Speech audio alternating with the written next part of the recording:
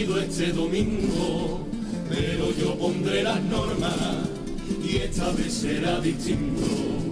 No quiero que me des gritos delante de todos y fallo en el juego, y quiero que menosprecie a los demás compañeros. Por favor, no insultes al que está pitando, que es casi un chiquillo.